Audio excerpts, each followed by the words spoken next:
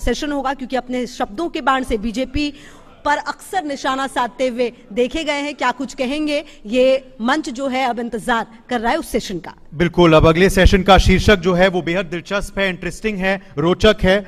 Mobile जासूसी क्यों बोले सुरजेवाला, और हरियाणा में वोट चोर का नारा हिट या फेल, इस सब पे चर्चा करेंगे हम कांग्रेस पार्टी के वरिष्ठ नेता राज्यसभा सांसद रणदीप सिंह सुरजेवाला जी के संग। रणदीप जी, हम आपका स्वागत करते हैं, आपको मंच पे मैं आमंत्रित करना चाहता हूं। वेलकम टू इंडिया न्यूज मंच। बहुत बहुत स्वागत है। जोरदार तालियां दर्शकों, एक बार जोरदार तालियां होनी चाहिए। स्वागत किया जाए।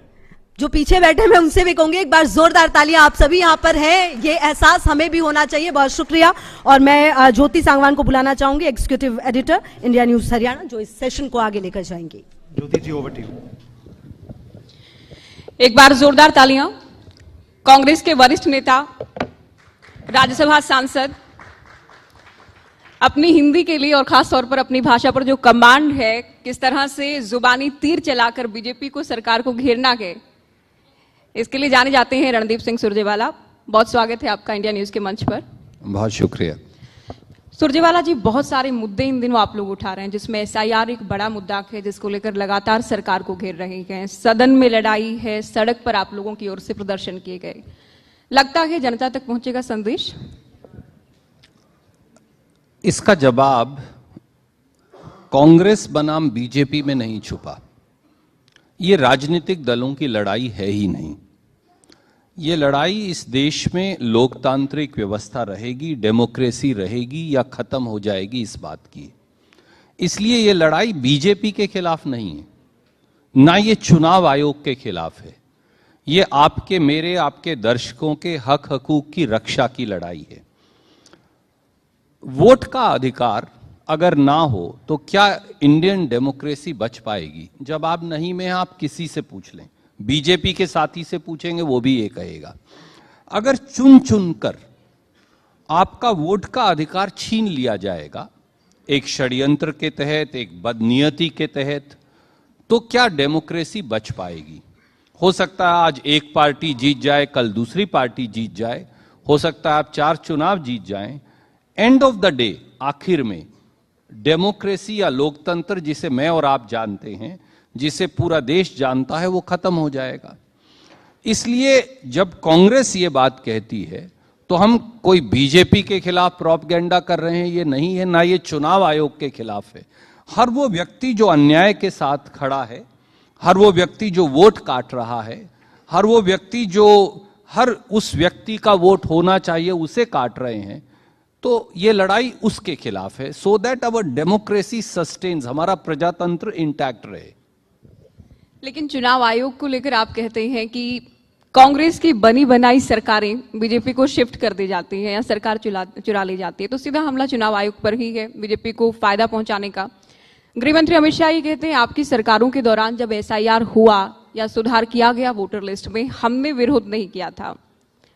अगर चुनाव आयोग अब हमारी सरकार में कर रहे हैं तो कांग्रेस विरोध क्यों करती है? देखिए, 3 या 4 बड़ी सीधी बातें हैं। पहली बात, क्या वोटर आईडी कार्ड या आधार कार्ड वोट की आइडेंटिफिकेशन की आधार होना चाहिए या नहीं होना चाहिए? क्योंकि जो मजदूर है, गरीब है, माइग्रेटरी लेबर है, साधारण व्यक्ति है, हर एक आदमी के पास तो अपने माँ बाप का 10वीं का सर्टिफिकेट नहीं हो सकता। इस देश में करोड़ों ऐसे लोग हैं जो कभी स्कूल गए नहीं, जिनके माँ बाप तो पॉजिटिवली कॉलेज या स्कूल नहीं गए, तो वो आज 10वीं का सर्टिफिकेट कहां से लाएंगे? इसलिए इसमें किसी को क्या ऐतराज हो सकता है, ये सुप्रीम कोर्ट को भी कहना पड़ा। दूसरा, 60 दिन में बिहार में 7 करोड़ वोटर्स को नए सिरे से वोटर लिस्ट में शामिल या खारिज किया गया। 68,66,000 वोटर खारिज हो गए। क्या 60 दिन में यह हो सकता है? मैं कल को इंडिया न्यूज को कहूं आप कर दीजिए तो शायद आप कहेंगे यह संभव है। अब लगभग 12 प्रांतों में 52 करोड़ वोटर्स की गिनती 90 दिन में होनी है नए सिरे से। क्या यह संभव है? क्या यह सही है? अगर आपसे, मुझसे, उनसे वोट का अधिकार ही ले लेंगे तो हम सरकारें कैसे बनाएंगे और फिर सरकार जवाबदेह कैसे होंगी। तीसरा, क्या चुनाव आयोग नागरिकता का फैसला कर सकता है, वेदर और नॉट आई में इंडियन सिटीजन, में भारत का नागरिक हूं या नहीं। और अगर चुनाव आयोग ये तीनों बातें कर रहा है तो ये गलत है। फिर चुनाव आयोग का विरोध करना ये भारत के हर नागरिक का कर्तव्य है जो हम कर रहे हैं। खुले शब्दों में जो राहुल गांधी भी कहते हैं कि हरियाणा पर भी अगर हम आए, क्योंकि हरियाणा से ही आप आते हैं, हरियाणा के दर्शक भी हमें देख रहे हैं, करीब 1 साल बाद राहुल गांधी पीपीटी लाकर ये कहें कि करीब 25 लाख वोट वो हैं जिन पर डाउट है, संशय है, हर 8वां वोट हरियाणा में शक के दायरे में है, तो आपको लगता है हरियाणवी यकीन करेंगे? और सवाल ये भी, क्या राहुल गांधी से पहले किसी हरियाणा कांग्रेस के नेता की ओर से वोट चोरी की बात कही गई थी हरियाणा में? सवाल बिहारी या हरियाणवी या उत्तर प्रदेश का है ही नहीं। सवाल यह है कि क्या एक व्यक्ति की 2 वोट हो सकती हैं? अगर मैं आपसे भी पूछूं तो आपका जवाब भी नहीं में होगा। नहीं होनी चाहिए। क्या विदेश के किसी नागरिक की हिंदुस्तान में वोट हो सकती है? तो आप कहेंगे ये नहीं हो सकता। क्या किसी अमेरिका, वेनेजुला, चाइनीज की वोट हिंदुस्तान में हो सकती है जो वहां का नागरिक है? आप कहेंगे ये नहीं हो सकता। क्या एक घर के अंदर 500 या 1000 या 2000 वोट हो सकती हैं? आप कहेंगे ये संभव है। इस हॉल के अंदर लगभग 400, 500, 300 लोग बैठे हैं, पर यहां मैं कहूं कि नहीं, यहां तो 5000 लोग हैं, तो आप कहेंगे भैया क्या बात कर रहे हैं, ये तो असंभव है। तो इतना ही तो राहुल गांधी कह रहे हैं।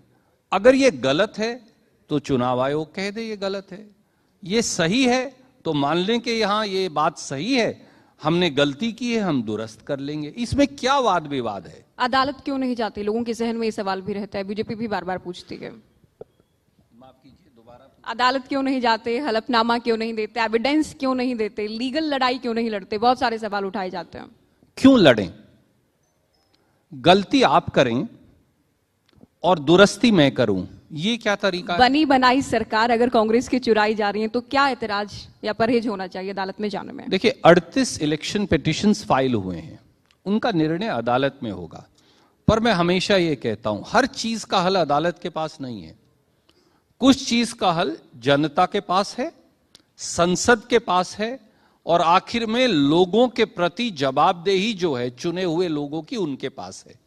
अगर मुझे कल को ये लगने लगे कि मैं एमएलए और एमपी बनने के लिए, या मुझे कॉरपोरेटर बनने के लिए, या जिला पंचायत में बनने के लिए वोट की जरूरत ही नहीं है, तो मैं फिर लोगों के लिए काम क्यों करूंगा? तो अगर चुने हुए प्रतिनिधि फर्जी वोटों के आधार पर चुने जाएंगे तो ये केवल कांग्रेस बीजेपी नहीं, फिर कल को आज आपकी वोट काटी है, कल को आपकी पेंशन काटेंगे, उससे अगले दिन आपका राशन काटेंगे, उससे अगले दिन आपकी सड़क काटेंगे, फिर आपकी साफ आबो हवा काटेंगे, फिर आपका अस्पताल काटेंगे, फिर आपका ब्रिज काटेंगे, और फिर एक दिन आपके सारे अधिकार भी काट देंगे। तो प्रजातंत्र को खत्म होने से बचाने का ये संघर्ष है। ये बीजेपी या चुनाव आयोग से लड़ाई नहीं, जो उस तरफ खड़ा होगा उससे लड़ना पड़ेगा। यही कुरुक्षेत्र की धरती का संदेश भी है। क्योंकि आरोप बेहद गंभीर है, निर्वाचन आयोग इनको नहीं मानता है, बीजेपी कांग्रेस की हार की बुखलाहट बताती है। तीसरी बात, अदालत में आप लोगों को जाना नहीं है। लड़ाई का अंत क्या है कि आप लोग कोई जनमत संग्रह की उम्मीद कर रहे हैं, या लोग सड़कों पर आए? क्या होप क्या है आप लोगों की, क्या होगा? देखिए, जनमत संग्रह करवाने या ना करवाने का कॉन्सेप्ट हमारे संविधान में नहीं है। हालांकि सरकार चाहे तो करवा सकती है बहुमत से, per hour constitution does not envisages it. सवाल यह है कि अगर कुछ गलत हो रहा है, अगर आप गलत को गलत और ठीक को ठीक नहीं कह सकते, और अगर आप उस पर एक जागृति और जन आंदोलन नहीं खड़ा कर सकते, तो प्रजातंत्र कैसे चलेगा? मैं आपको एक बात याद दिलाता हूं।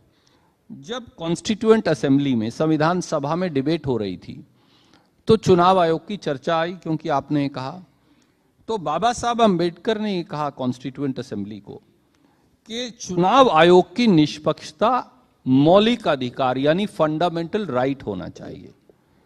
तो कोई साथी खड़े हुए और उन्होंने कहा ऐसा क्यों? उन्होंने कहा कि अगर आप इसे मौलिक अधिकार नहीं बनाएंगे तो कल को कोई बेईमान व्यक्ति, and I am quoting him, कोई बेवकूफ व्यक्ति या सरकार के अंगूठे के दबा नीचे व्यक्ति अगर चुनाव आयुक्त बन जाएगा तो लोकतंत्र खत्म हो जाएगा। और उन्होंने कहा मुझे रात को नींद नहीं आती, मुझे सर दर्द है ये सोचकर। आप इस बात को वर्तमान समय में मान रहे हैं, प्रासंगिक है ये? जी बिल्कुल, वर्तमान चुनाव आयुक्त के लिए। जी बिल्कुल। देखिए, जब सुप्रीम कोर्ट ने भी ये कहा कि मुख्य न्यायाधीश, प्रधानमंत्री और विपक्ष के नेता होंगे, तो आइडिया ये था एक आइडियोलॉजी से आते हैं, एक आइडियोलॉजी से आते हैं। अगर कांग्रेस के विपक्ष के नेता वो कांग्रेस की बात करेंगे, प्रधानमंत्री बीजेपी से हैं वो बीजेपी की बात करेंगे, मुख्य न्यायाधीश एक सेतु, तटस्थ सेतु का काम करेंगे, न्यूट्रल ब्रिज का। बीजेपी को लगा ये न्यूट्रल ब्रिज उनको नहीं चाहिए, उन्होंने कानून बदल दिया। कॉन्स्टिट्यूएंट असेंबली ने कहा ऐसा कभी नहीं करना चाहिए। सुप्रीम कोर्ट ने कहा कि अगर पार्लियामेंट ऐसा कानून भी बना दे जहां एग्जीक्यूटिव के जेब के नीचे या अंगूठे के नीचे चुनाव आयुक्त हो तो वो कानून गैर मान्य होगा, पर उन्होंने किसी की नहीं सुनी। और उसका नतीजा हम देख रहे हैं, जब आप अपनी पार्टी के पिछलग्गू लोगों को चुनाव आयोग में नियुक्त करेंगे तो आखिर में, एक बार आपकी बात वो मान लेंगे, वो कांग्रेस हो या बीजेपी हो, आखिर में लोकतंत्र खत्म हो जाएगा। और ये बड़ी लड़ाई है। तो बिहार में जो हार हुई है या जहां भी आप लोगों की बैक टू बैक हार हुई, आप लोग वोट चोरी को एक बहुत बड़ा मुद्दा मान रहे हैं। जहां सुरजेवाला जी, मेरा सवाल इससे आगे ही, जहां आप लोग जीतते हैं या जहां से आपके विधायक जीत कर आते हैं, हरियाणा की ही बात करें, क्या वो भी फर्जी वोटिंग के सहारे ही फिर उनकी जीत को कितना विश्वसनीय माना जाए और क्यों माना जाए? ये एक नॉर्मल आर्ग्यूमेंट है जो मैं हर रोज सुनता हूं, लेकिन आमजन की भाषा भी यही है। जी मैं आप जानते हैं। तो इसीलिए मैं इसका जवाब देना चाहता हूं। हो सकता है कि जब हम ये कहते हैं वोट चोरी हुई है, वो एक कारण हो सकता है, और कारण भी हो सकते हैं।